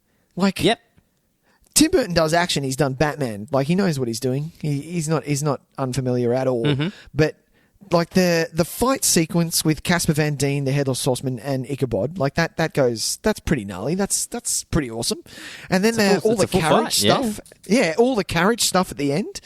Like, that is awesome. It's a really great... is pumping. Like, it's great. I was thinking while I was watching that, I was like, oh, all of a sudden I kind of feel like I want a Tim Burton Pirates of the Caribbean movie. Because I was watching Johnny Depp do all those kind of, like, fun, slapsticky kind of action sequences, but not hating it anywhere near as much as I do in those Pirates sequels. And I was like, I think Tim Burton missed a jump here. He could have done a really nice job on a Pirates movie. Exactly. No, he's too busy making Disney shit. Yeah, I just don't think this is where he should be at. He needs to do his own material. His own material. Who wrote Beetlejuice? He needs to make real movies. I don't know who wrote Beetlejuice. I need to find this out because was it him? Rudin, I feel like might have produced it. How the fuck do you know who? What? I just feel like it reeks of a Rudin joint to me. A Rudin? I don't even know who that is. Larry Wilson and Michael McDowell and Warren Skarkin. These people I don't know. Okay. Well, there you go. Yeah. They wrote the Addams Family movie. I always thought the first Addams Family movie was a Tim Burton movie. Like, it wasn't at all. It was Barry Sonnenfeld. But did he have anything to do with it? I'm sure he did. He did something. No? On the Addams Family movie? No. The Addams Family movie? No, I don't think he had anything. But Scott Rudin produced the first Addams Family. That's maybe what I was thinking of. Okay. I was just checking that because I was like, did he produce that? Because that'd be a pretty good pull if I got that one. I didn't. Exactly. Those Addams Family. Well, I mean, they all for a little while there when you wanted to create kooky gothic, kind of a bit out there. Everyone just went, we want like a Tim Burton style. It became the style was synonymous with him. It was a thing. Yeah. And now what's really sad is that now his brand doesn't really have any personality, which is I think that's the biggest disappointing thing. He can make shit movies if he likes. I don't care about everyone's going to make some bad movies. What really upsets me is his films don't have any personality anymore. And I don't love every one of his movies from this era. Like some, I find them some a bit hit and miss, but generally I like them. But at least they are unmistakably Tim Burton movies. Yes. And that's just seems to be gone now, and that's really disappointing. That's really sad. Edward Scissorhands is the only one he's written. I thought he had more of a hands-on in the writing. I would have assumed so too. But no, Edward's the only one. Edward Scissorhands is the only one because he has a movie called Edward. He's the only one he's written. By the way, so, Edward is fucking such a good movie. Amazing movie. I don't own that. I watched the last recent Tim Burton movie I saw was Big Eyes, 2014. Yep. Gave it a shot. Complete waste of time. Right. Yeah. I was just like this. It had no. For starters, it was almost like a Tim Burton serious drama. Like there was no. With the Tim Burton movie, you're getting a bit of fantasy in there. You're getting, a man who dresses as a bat, or you say Beetlejuice 3 times and this guy appears, and a man with his hands. Like the story of Sleepy Hollow, the scary horror musical of Sweeney. Like you're getting really fantasy style films. Whereas, but I don't want to completely it's it's not fair to completely say that he can't if he wants to do a drama. He can do whatever he wants. Absolutely. It's more that if that, and the problem with Big Eyes as well is that I haven't seen the whole thing, to be honest. I've seen snippets of it and it didn't seem like it was for me. But, if he is going to approach just a stock standard drama, it's got, where is his stamp? Where is the thing that makes it, why this story? Why this movie? Why, I guess unless he comes out and says, hey, I wanted to make a movie specifically away from my old-fashioned kind of stuff, and I wanted, kind of the way like David Lynch made that movie about the guy on the tractor riding it across the United States. What's it called? I have no idea. The Straight Story, I want to say. So he made for Disney. I reckon this movie was for Disney. Oh, really? So he made a legit family movie drama about an old man on his last legs who decided, I'm going to ride my tractor from fucking wherever, Texas to wherever. What? Really? David Lynch did this, right? Was it called Lucky? No. Is it Lynch or is it Cronenberg? The Straight Story. You're looking me up. It's called The Straight Story, is it? Yeah. Check it out for me, because I've confused myself. I think it was Lynch. Yelling down there. It was David Lynch, 1999. The Straight Story. Oh, 99. Good year. Good year. Maybe if Tim Burton came out and said, "Hey, I want to do a movie 100% away from my usual shtick and see how it works," then fine, we'll watch the movie on its own merit. But he seems to try and be like, no, it's a drama, but it's also Tim Burton-y drama. And it's like, but if you're going to do it, you got to go all the way with it, man. Exactly. None of this fucking... You're all or nothing. Yeah, exactly. Half-ass shit, yeah. And maybe he liked The Artist, because I know The Artist is very much almost in the same, his vein, I don't know. Maybe. Yeah. A movie like Big Fish, though, is a pretty legitimate drama, and it still manages to feel like a Tim Burton movie. But that was... You could absolutely tell that was a Tim Burton movie. Yeah. But then again, it's been a while since I've seen that movie. I remember liking it quite a lot. Yeah, me too. 2002 or 3-ish, I think that movie was, and I think I liked it a lot. 2 or 3-ish? Yeah. Really? Yeah, Sleepy Hollow though. Sleepy Hollow though. How's the so? Go on. Is this a fair criticism of this movie to say that too many of the deaths are too similar? No. Good. You can't say that. He does cut their heads off. Yeah. That's yeah. You don't like that they're too similar? No. It's funny. This is just a criticism that I remember from one of my oldest best friends, Tim, who we saw this movie together. His criticism of this movie, and like we both I remember we both kind of liked it, and he came in and I was like, yeah, but it just got too repetitive. It was too many. Like you just kind of got. heads. I was getting over the head chopping off, and I remember the time being like, "What's his thing though? Isn't it?" Yeah, like, that's like saying I'm sick of seeing Jordan do the free throw jump slam. It's like, well, that's jump slam. That's Jordan's thing, man. That's what makes Jordan Jordan. Exactly. Headless horseman be chopping heads. He chops heads off. That's what he does. He can't. What do you want? What else do you? He even gets Casper Van Dien gets cut in half. That's a bit different. Exactly. That's a bit of fun. Fucking Michael Gambon gets scorpioned before he gets his head cut off, which is fun. Michael Gambon. Is that Michael Gambon? It's Michael Gambon, isn't it? Scorpioned. Yeah, he gets the come over here. No, that wasn't Michael. That wasn't Michael. That was Ian McShane. Ian McShane? Ian McShane. No, sorry. What's his name?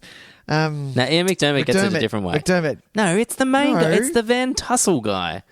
Yeah, that's Ian McDermott. No, it's not. Ian McDermott. It is. Ian McDermott plays the other guy, the one who I can't even remember how he dies now. Oh, Michael Gambon. Sorry. Yes. You're correct. Sorry. Ian McDermott gets the Ian McDermott gets the fucking thing to the head in the crucifix to the face. That's it. Which looks violent as hell. Yeah, that hurts. Like leaves a real mark. He got a pole through the chest, scorpioned out of the window, and then his head got cut off. Yeah, I love that moment. That's actually one of my favorite moments visually. The shot of him getting pulled through the stained glass window. Oh, it's really? fucking great. It's a really clever shot, and the way it cuts to behind and then pulling him through, it's very effective. And, some really great choices for the death. I like to keep it interesting. Yeah, I like the way that because you get kind of 3 in succession. You get Ian McDermott, Jeffrey Jones, and then Michael Gambon, all in the kind of the 1, 2, 3 hits. And the way that Jeffrey Jones's wig comes off as he gets shot, I always like that because he's wearing this white wig throughout this entire film. Yeah, they're all doing the padded wig gear. Padded wig gig, yeah. When he gets shot, like the fact that his red hair comes out, I'm like, God, that's really effective. Such an effective shot. Yeah, for sure. Yeah. Yeah, man. There's a couple of throwbacks to the cartoon I've noticed as well. I haven't seen the cartoon. Well, you should. Yeah, well, like what? There's a scene in the finale where he is riding on the horse and then gets knocked and he's riding on the horse backwards, or he jumps off the carriage and he's riding on the horse backwards. That's a big moment from the cartoon. Yeah. Nice. When he's the whole sequence with Casper Van Dien, faking him out and throwing the flaming pumpkin. That's basically what happens in the cartoon. Okay. Is that hang on? bridge, does he cut heads off in the cartoon? So no, it's kind of like a legend. And Ichabod hears this scary story about the headless horseman. Then he heads off from this party and feels like he's being chased by the headless horseman. But that bridge is straight out of the cartoon. I'm surprised that because that bridge is burned into my brain. The bridge from the cartoon. It's super iconic. You've got Disney Plus. I do. Yeah, so you need to watch Ichabod and Mr. Toad. It's it's about an hour long, and it's 2 short stories. The first one is Mr. Toad from Wind in the Willows, and then the second half is Ichabod from The Legend of Sleepy Hollow. So you can skip to halfway through if you like. How good is Wind in the Willows, man? Yeah, I used to love Wind in the Clark Willows. Kingsley under that. Yeah, it's such a wholesome stuff. Oh. But the fun thing about this is that it's half an hour long, and it takes until maybe minute 27 for it to be about the headless horseman. It's really fun. It's just a story about this guy Ichabod just hitting up this town and just being like, I'm gonna mooch off these people and I'm gonna hook up with this chick because she's fine, and takes her on a date and takes her to dinner and all this kind. It's really funny. And Bing Crosby narrates it. And nice. He's like, it's like, it was a lovely day in Sleepy Hollow, and Ichabod decided to go for a walk. Oh, I'm Ichabod, and I'm going for a walk. It's all this kind of stuff, and I'm like, this is fucking great. This is great. I'm in. Yeah, I'm in. I thoroughly recommend it. Now, man, this cast is intense. Sorry, I was just looking at the cast list. No, it totally is. Yeah. What else have you got, Tyson? Any Sleepy Hollow fun things? Just going back on what you said about the heads rolling and your friends not liking him because everyone gets killed that way. No, I kind of like the heads rolling. I like that it's... I think they find ways to keep it pretty... interesting. Yeah. I think there's enough going on where it's like, it's a head cut off, but also this time it's from this angle. Exactly.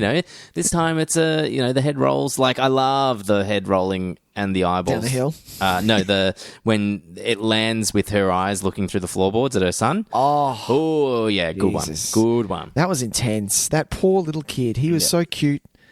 Oh, Thomas, come inside. No, dead. He was a cute kid, wasn't he? How's that fucking kid, the young Johnny Depp in the flashbacks? Is that a real child? That kid looks like an anime fucking character. Yeah. He's ridiculous. That does look insane. He does look like... It's such an angelic child. Yes, like, exactly. You've never seen an angelic child before in your life. I feel like he's had that gig in another movie. Because every time I see him in this, I think maybe I recognise him. Is that his face? You see that? Yeah, God. You can't see that, can you? Look at those eyes, man. That's intense. They take up like half his face. Yeah. This is the only thing he's been in, that kid. His name really? is Sam 4. Yep. Oh, good on him. That's so cute. Good on him indeed. I love how many gunshots the horseman takes. Oh, yeah, he takes a bunch. He takes a ton of gunshots. And the one from Casper Van Dien just takes him off his horse, just boom, and he just lands. Yeah, I love the panicked Casper Van Dien. Oh, shit, I've got to fill up this fucking gun. Oh, shit, I've got to fill with gunpowder. The old school move. Why would you do that? Like seriously, at that point, you would just go, okay, clear. It's a fist fight from now on. Like, you'd be like, if you're going to shoot a gun, guys, what I don't understand is that instead of... You don't gloat about getting the shot, no matter what. No. I think if you shoot a gun in those times, you immediately reload for the next one. Immediately reload. And then you can gloat a little bit. I don't care. Exactly. I don't care who you think you've shot. Reload first, gloat second. I don't care if you've shot the head off. Reload again. Because you first, don't know who's coming up behind you. Gloat second. Exactly. So good. I remember, I don't know why I knew this. I think it was because I got into looking up the makings of films back when this came out. Is it Ray Park who's the horseman? Oh yeah, I saw that. Yeah, Ray Park, Darth Maul himself. Darth Maul himself. And so that's why the Toad fight scenes look so fucking badass. Yeah, Toad. How good was Toad? He was a fun character. He went far. Yeah, Toad. Oh yeah, he was a crowd favorite. Old Toad. Remember how nearly every other character from that first X-Men movie has has popped up in a remake or has been recast or made an appearance. Nah, no one wants to see Toad again. Nah, he's in the pile with that guy that had the spiky face. Oh God, remember that guy? That was such a shit. What's your power? Number 3. I grow spikes. I do this. Really? That's really a power? I probably wouldn't tell anyone. Exactly. I'd probably. Maybe keep that to yourself. They've got a little bin for the characters, X-Men characters we have no longer use for. You're in that. He's in that for sure. The only way I remember that, and the only way he could kill someone is he had to hug them. He went up to the lady doctor, he had to full jump and bear hug him. Piss off! You are stupid. That's a stupid. Oh God, I got to watch those movies again. I love it. See, this is the thing. I'm wanting to watch bad films again, but then again, because of the amount of horror. Yeah, and I'll talk about it a little bit and when we do what did we watch this week. I've had to kind of balance out the kind of not shitty films, but the maybe poorly made, the maybe not so. Yeah, you need some trashy horror for sure. That's why some Sleepy Hollow was good because it's not all the way trash, and it's not a AAA film. No, it's Well, I think it's trying, because initially, I think it set out to do something in particular, and it's achieved that really well. And that's kind of make a contemporary or make a movie in 1999 that's essentially like a Hammer horror film. And I think they've done a pretty good job with that. Like, to be honest, it's a lot of fun. It's made me want to go and go and watch a whole bunch more Hammer horror movies as well. Because if this is the vibe and the kind of energy of those movies, I'm all about it. 100%. Because the few that I've seen, it seemed to match it pretty well.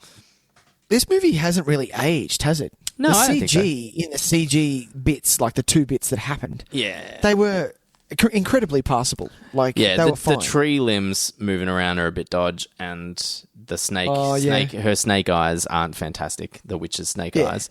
Witch's snake eyes, yeah. But everything else was everything with the perfect. horseman is fucking solid, man. Yeah, that's a really, really well achieved special effect, and he's quick. Yeah, the fact that he's so quick with his sword, I'm like, Jesus, you're quick. Yeah, every time he appears, they do this wonderful thing where he draws his sword with real aggression, and it just makes it super effective. But yeah, you're right. He moves very fast, and because I think if we made this movie 10 years earlier, it would be a guy in a weird suit that makes it look like he doesn't have a head. And so he'd be walking around not being able to really see where he's going and awkwardly knocking, kind of that weird kind of big shoulders. I love how, like, movies back then, like, not so much Conan days, but almost, is the sword fights you get are basically everything's just big haymakers. Yeah, exactly. and big blocks. Yeah. And you're like, I missed that one. I'm going to go again. Oh, damn it, I missed that again. Damn it. Just chopping wood, basically. Yeah. So good. Yeah. The other thing the one thing I do want to mention about this movie is that this is one of those movies, and there's a few like it, but this one specifically, and one other that I remember, this is which I'm going to name this principle after. This is the LA Confidential principle. Now, I know where you're going. You know where I'm going? This is a movie where I have seen it at least 10 to 15 times, and the mystery still doesn't make any sense to me. And there is a scene in both movies where a good 10 minutes is spent explaining what happens, and I go, yeah. And I think I get it for about a minute, and then if I go to think about it even 5 minutes later, I can't recall what happened. And I'm like, well, she was trying to get the land from because he died and she was sleeping with, which guy? And so it's the LA Confidential principle. And this movie suffers, I suffer from it during this movie. Gold. I have that same deal with LA Confidential as you do, and I don't until I watch it. As soon as I finished LA Confidential, though, if you ask me about it, I don't know. Exactly. As soon as the credits roll, it's like they're gone. In the conversation, though, it's all wonderful, and you're like, jeez, oh my god, that had nothing to do with it. Oh wow, that was just a red herring. Oh, yeah. Suddenly you feel like the greatest detective that ever lived because you're following these clues, and then the movie ends, and you're like, what? What happened? No. Can't remember. This one. When I started watching Sleepy Hollow this time, though, because I knew slightly, I was like, no, I'm going to get it this time. I tried to guess what happened before it happened. I'm like, what happens here? That's right. But I this is one of the ones that I actually know. I could tell you what could happen, but it's not going to make for good podcasting, so I'm not going to. But fair enough. But yeah, I know. I remember this one. This one I remember. I'm going to hold on to this one. This one I know. I'm going to start. Confidential. I don't know. Yeah, that's going to be one of my letterbox lists. Movies that give me the LA Confidential. What did I just call it? Brain. Principle. Yeah, principle. The LA Confidential principle. And I'm going to make a list of those because that'll be really funny. Because basically any kind of spy mystery, that they're up there. Yeah, they're up there. Inception for some people is going to be in that list. Do you know what though? Inception, mate. I can fucking tell you about Inception. Exactly. He did well, didn't he? He did well. And that's fucking way longer than Sleepy Hollow. Yeah, and there's like 14 different things going on. But for some reason, whenever it's a whodunit and the who becomes a not just who, but also why, I seem to have a bit of trouble with that for some reason. Oh, really? Like post-recollection.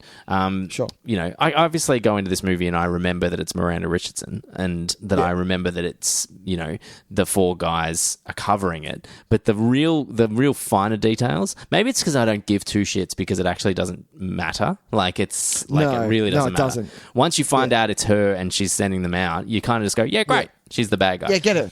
Exactly. But you know, the finer nuances as to why she was doing it don't really matter. It's it is what it is. It's about land. That's all you need to know. Awesome. Yeah. Yeah. And a will. And there was a new will. Exactly. Well, the will was going to leave the land to someone to Christina Ricci. Yeah. And yeah, that was it. Yeah. Very good. Yeah. Very good. Nick, anything else about Sleepy Hollow? No, that's it. I will always enjoy Sleepy Hollow. I love a good watch of Sleepy Hollow. Me too. It's gonna continue to be a once every couple of year watch. I think if I find maybe 3 or 4 other movies that feel this way and I can kind of rotate them through Halloweens, I think I'll be really happy with that. Nice. I need to watch more. I've got a hankering to watch Batman Returns again. It's my favourite Batman. I need to watch it. Yeah, I get hankerings for that too. But what is it? What's the time right now? It's 10 o'clock. So it's going to... See, I always... When it's Halloween and if it starts pouring with rain, there's like mint time to watch a movie.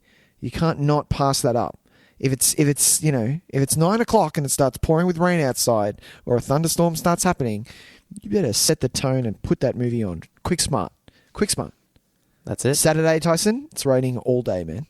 All day and all night. Look, I mean, I know our audience won't care too much about this, but it is AFL finals time, and Jesus Christ, the mighty Brisbane Lions are playing the preliminary final this Saturday, so I will be busy.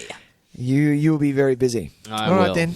Maybe I'll watch some shit this during the day though, because I'll need things to take my mind off it, because otherwise I'll just sit and stew for 12 hours during the day. Yeah. And no one wants that. Nobody wants that. You want to come in fresh watching your sports. I don't know. I don't watch sport. The closest I come to is WWE. And I get it. I know I'm in the minority on a movie podcast. Hey man, that's fine. But I'm loud and proud. Exactly. Hey Nick, shall we move on to our next segment? Which is what did you watch this week? I think I came in a bit too early. You did. You were counting down, and then you anticipated. I just literally fucking started. Just went, go. That's really funny. You were even doing the count. I love it so much. I'm going to have to do an old one, I think. Oh, maybe not. Okay. Nick, do you want to go first today? I might go first because I think you've seen this, Tyson. Oh, yes. What's that? Talk. My wife and I watched Bird Box. 2018 Bird Box. Yes, I have seen Bird Box. You have seen Bird Box, have you? And looking at the rating on Letterboxd, we rated it the same. So, there you go. Okay, so watching Bird Box, it was okay. I thought it was entertaining in parts. I thought it was thrilling in parts. I felt that the premise went a little too far. I feel if you can't see, it kind of hinders the film. But let's forget about that. I think the film was good, but if you scratch the surface even slightly, you're going to find chasms of holes. For me, it just didn't. I was like, no, you can't just leave that. I need more. Sure. You kind of just can't. You can't just have it so that it's like that. You need more. One of the ones, I don't want to spoil it for too many people because it is quite. Oh, it's 2018. No, everyone that was going to see it has seen it for sure. Okay, good. There's memes. All right, so spoilers for Bird Box. I didn't mind that her character. For starters, her character is pregnant at the start, but is not keen on having a baby. That we get from the start, right? Sure. But what we need to do and what we need to see throughout the film, if she is going to have these 2 children, one is hers and one isn't, her embrace the fact that she is a mother, and is she going to deal with it or not? Or is she going to... And that we kind of get with her naming them. She has 2 children. One is a boy, one is a girl. Throughout the film, their names are boy, girl. That's it. She hasn't named them. And we know that if you don't want to get... what is it? If you don't want to get tied to someone, if you don't want to create feelings about something, you don't name it, like a pet or something like that, you know. So she's keeping them at a distance for quite some time. Now that boy, those kids who are supposed to be the same age, but they're clearly not. They look to be 6 or 7. I'm going to say 6. The little girl looks 5. That is a long fucking time to not have dealt with the fact that whether you want to be a parent or not. And it didn't throughout the whole thing. At the end of the movie, when she finally sees the doctor who was giving her the sonogram and telling her, look, I understand you may be a bit standoffish. That is understandable. Even if you do have the baby, there are options.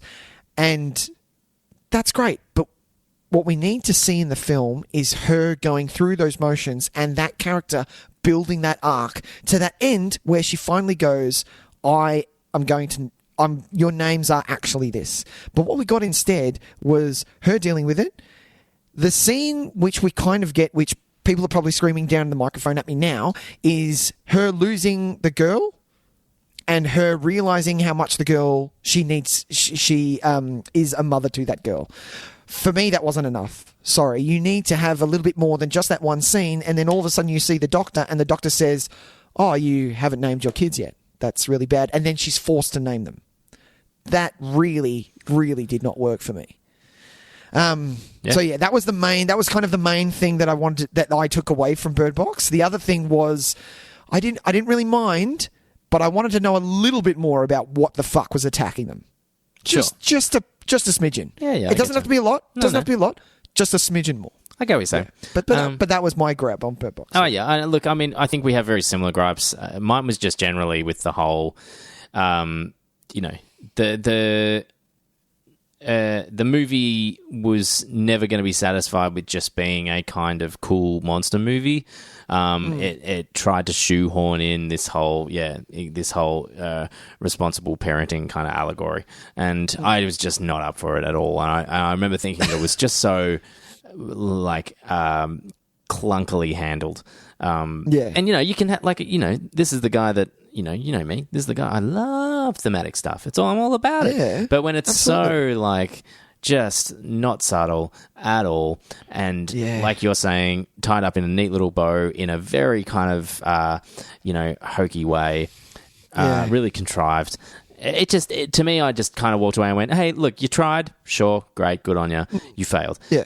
It didn't work. You did try to do something else, great. But at the same time, I also think, wow, this movie could have worked better if it just didn't try and actually tried to and just did, hey, we're just going to do a crazy monster movie, and we're going to allow those things to just happen naturally, as opposed to it being like, oh no, we have to force in all this stuff about her becoming a reluctant parent, and then learning the truth about responsibility as an adult, and it's just kind of like, it's like they started with that. You could have subtly put that in. Yeah, exactly. Or allow it to happen naturally. Allow it to be a result of the screenwriter kind of looking at it at the end and going, oh, hey, that's kind of in there naturally, and talking to the director and saying, look, just don't, we don't need to add any, unnecessary dialogue, but maybe just be aware that this is thematically running through this. That can happen. And if you feel like adding that in, great. I don't know. Yeah. I'm not a fan of that movie at all. The more distance from it, I'm not interested. I didn't mind the house stuff, like fucking John Malkovich being John Malkovich. He was probably the best bit about the film. Yeah, that was kind of interesting. Those bits were kind of fun. The fact that they went on a trek in a car, and I didn't know how it was going to work, and they used the GPS to do it. I thought that really worked well. And then the best part about it, which they've never actually tackled in a zombie-esque type apocalypse movie, is the fact that that John Malkovich turned to everyone and went, "Hey, we don't have to go back," And I was like, whoa, that's never happened. That was quite nice. And it was, and that was quite, a nice moment. So there were moments in it where I was like, oh yeah, cool. But the fact that like you said, that big thematic hammer over my head from woe to go, I was like, hey, look, unfortunately it's a full pass. Yeah. That's like I'm saying, the best movies that do that stuff, it happens almost organically from the story, from the characters, not, whereas that felt like it was, it was like a fucking studio mandate. Oh yeah, but it's also got to be about something else, guys. It can't just be about weird monsters that you see that make you go crazy. Yeah. Bird Box failure. Yeah, not my bag. Nah. Not my bag. I might talk about one. Go on. I was thinking about doing a bit of a, as far as superhero movies go, but kind of leaning towards the more genre-based ones. Oh, yeah? I was going to, I'll maybe talk about this next week if I get around to it, but I was going to watch Spawn again. Oh, yes! Because that's just on Netflix. I used to really like it, and I want to see if I still like it. I did watch, however, Ghost Rider Spirit of Vengeance this week. Oh, the sequel. Yes. Which I'm sorry, I know I'm in the minority. I kind of dig. I think it's fun. I think it's real bonkers fun. I own it, Tyson. Yeah, good. I like it, man. It's real fun. I think maybe we're the only ones, man. I really enjoyed it. Yeah, I really having enjoyed the crank it. guys directing it. It was a really gritty Ghost Rider. It was very fucking dirty, and I liked it. Yeah. Well, it was dirty, but in a way, like it felt like a Prodigy film clip or something to me. Like it was just like, it's so in your face and so fun, and like they used the Ghost Rider in a way that I think that first movie totally overlooked, in that he's kind of like a loose unit, like. Like he's very unpredictable, very kind of like he's a naughty boy, and he gets to kind of do a bit of he's that. A lone rider, and we got a great. I think the villains are really quite strong. Idris Elba's having a fucking laugh and a half in this. And visually it's just really, really interesting, and kind of the way those guys are just like a jolt of adrenaline when you're watching them. It was kind of a pretty inspired choice to have them direct a Ghost Rider movie, because if the biggest problem I think with that first Ghost Rider movie is that it's so bland for a character that is a flaming skull that steals the souls of people and takes them back to hell. That movie's so bland. It's just shot on the fucking Eastern Freeway of Melbourne. And really is. Yeah. Really is. So jumps in the Yarra. He does jump in the Yarra. He drives across that fucking bridge that joins up Crown Casino to Flinders Street. He really does. Yeah. I was like, oh, that's fucking sad. That is. Oh, you douches. But yeah, so, at least they saw that movie and went, oh, okay, look, we kind of dropped the ball because this movie should be fucking bonkers. So let's get the two most bonkers directors we know. And they got them, and they made a crackers movie. And so I really enjoy it. It's a bit of fun. Unapologetically. So you got another one, Nick? Yeah. I've got one more that I'd love to talk about, actually. Yeah, go for it, man. I was looking forward to this, and I'm really glad that I watched it. I'm trying not to boast it up too much, because it is a new movie. This is Enola Holmes. Ah, cool. So good for the family. Yeah, so a Netflix movie starring Millie Bobby Brown from Stranger Things, playing Sherlock's sister. Now, this is a book, not written by what's the author of fucking Sherlock Holmes? Arthur Conan Doyle. God damn it. Conan Doyle? Conan Doyle. It's not by him, it's by someone else. And I think because it met my expectations. I wanted it to be, from the trailer, it looked like a romp, it looked like a bit of fun, it looked like an adventure, somewhat like a Tintin adventure or something like that, where it's just fun and great and doesn't take itself too seriously. And a little bit of mystery in there, and following the clues and all that stuff. And it is exactly that. A lot of people are shitting on it because it doesn't have enough Sherlock. Guess what? It's an Enola Holmes movie. It's not a Sherlock. It's not his fucking movie. Okay, it's not his fucking movie. Exactly. So I love what Millie Bobby Brown does in this movie is perfect. She's going to be so good in I can't wait to see what she does next. The amount, a lot of people had issues with the amount of fourth wall breaks. I think they were spot on. Yeah, okay. I think there was a few of them. Well, you do love Deadpool, so you're well accustomed to the fourth wall breaks. Exactly. And there are little ones in there that blink and you'll completely miss them that she does, and they're just great. I think the story is wholesome. I think she does a great job. The clues and the mystery and all that stuff is perfect.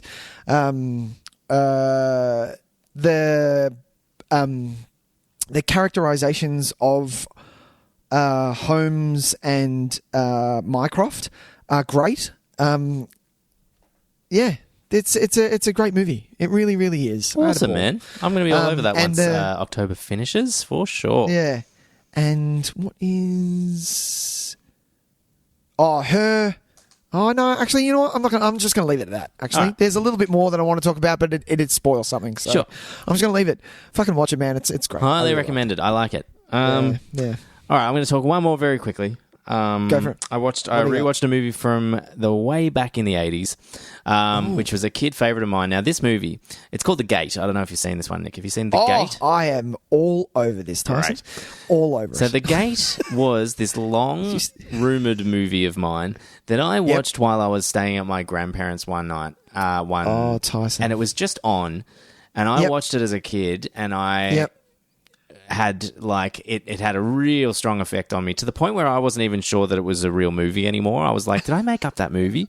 Did I just and now obviously because, you know, the world we're living in at the moment, every movie that ever existed is able to be seen now, which is fantastic. And so then it started popping up and I was like, oh, that's what it was called. And then I saw screenshots of things and I was like, oh my God, that was the fucking movie. That's the movie. That was it. But I never got a chance to rewatch it until recently. Yeah. And I really liked this movie. I loved it. It's so good. How good is it? It's really good. It's really, really good. Me and my brother we watched it once and it kind of scared the shit out of both of us and we never kind of went back, but it always stared at us when we went to the video store. It was like, oh, fuck. Yeah, because the cover is epically fucking, memorable. Petrifying, exactly. Yeah, it's a good one. It's we loved it. And I rewatched it, I think it was... I don't think Clark was born. Okay, I think we'd only just started this podcast, and I rewatched it with Sam, and it was great. Yeah, well, it's just on Amazon Prime now. It's in full HD. It's wonderful. I even looked it up on Amazon to buy. There's Vestron Video, I think Vestron, or I think it's Vestron. Have a relatively cheap, full restored Blu-ray. 17, $18, and I'm like, I think I'm going to get this thing. Scary, because I rate it, man.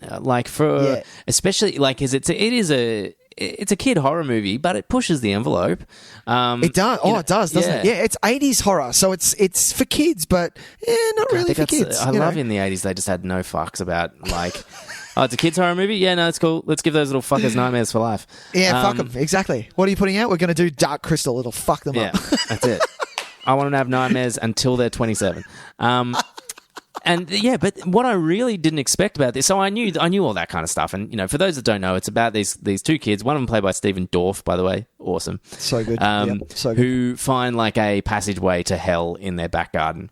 Yes. And through some unfortunate turn of events, they end up opening it. And these little fucking demon creatures basically come out and wreak havoc until the giant demon thing comes later. But what I was really surprised about is how beautifully this movie shifts gears into becoming about a brother and sister relationship rebuilding at that really awkward point in your life where one of them is the cool one and one of them's still a bit of a nerdy geek.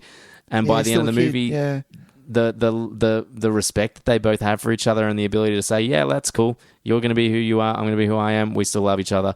I was getting welled up, man. I was choking up about it.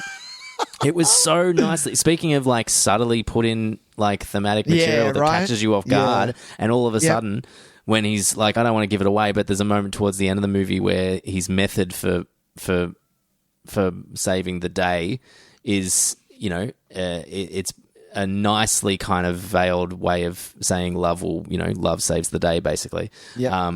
And I was just like, fucking A. That is, you've done this so well. They really achieved it well.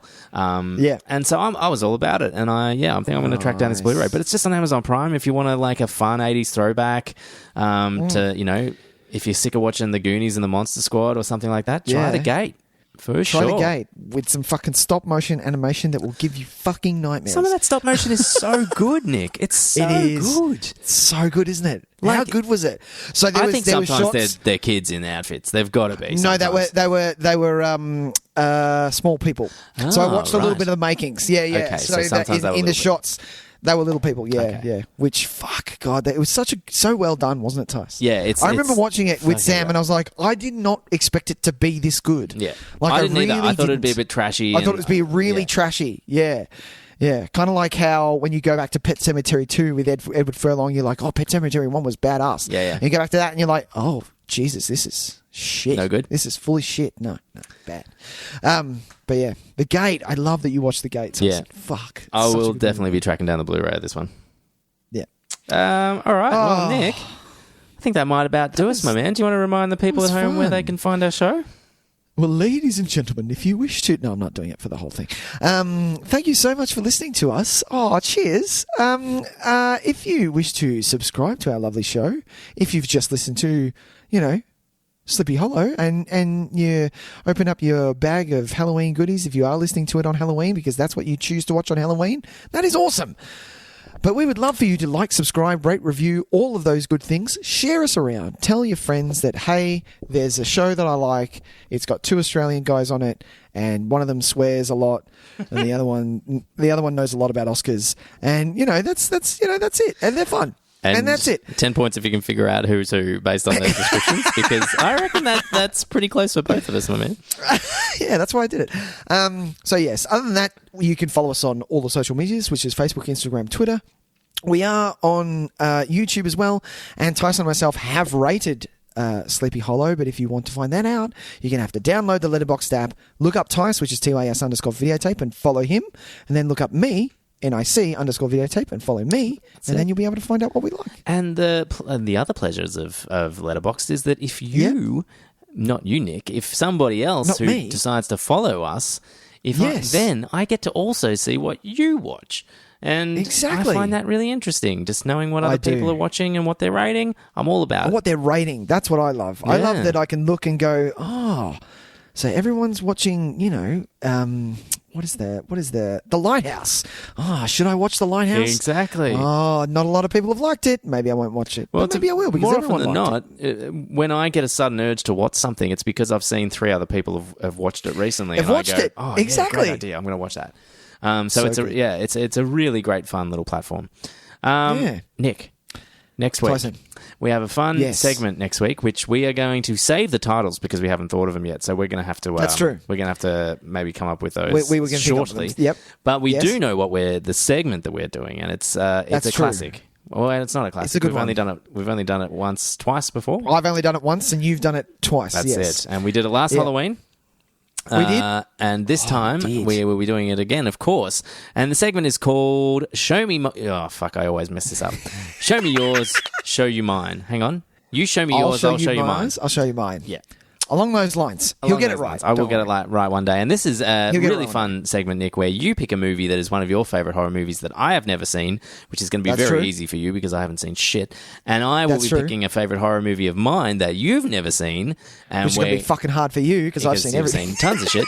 And we're going to have a good old-fashioned chat about both of those, which means another long episode, which is probably good that this one was a pretty short one. So That's true. That's true. It's the calm before the storm, because those ones especially because it's a movie that we both love, we tend to want to talk about it a little bit longer. Exactly. Yes. So keep an eye on I can't wait. I love this one. Yeah, it's really fun.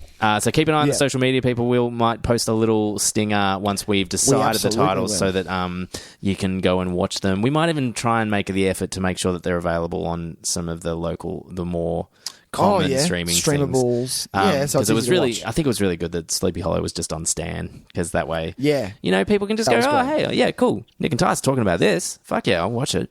So we might try and keep that for this next week as well, because none of the Nightmare movies are available anywhere. So anywhere, yeah, that's true. And it's so funny when that happens. It's not great, but also when it happens, I'm like, yeah, good. You have to pay for it. Yeah, you know why? Because they're that hunt it down. Fucking good. Exactly. Although I think, are they on? I've heard that they're on Shudder. I could be wrong. They might be on the American Shudder, but they're not on the Australian. They're not Shudder. on ours. No, of course not. No, unfortunately not. So if you are in America, they're on Shudder. But go for that. All right. Well, Nick, I'll see you next week, buddy. I'll see you next week, bud. Yeah. Bye, buddy. Bye, buddy. See you, man. Bye.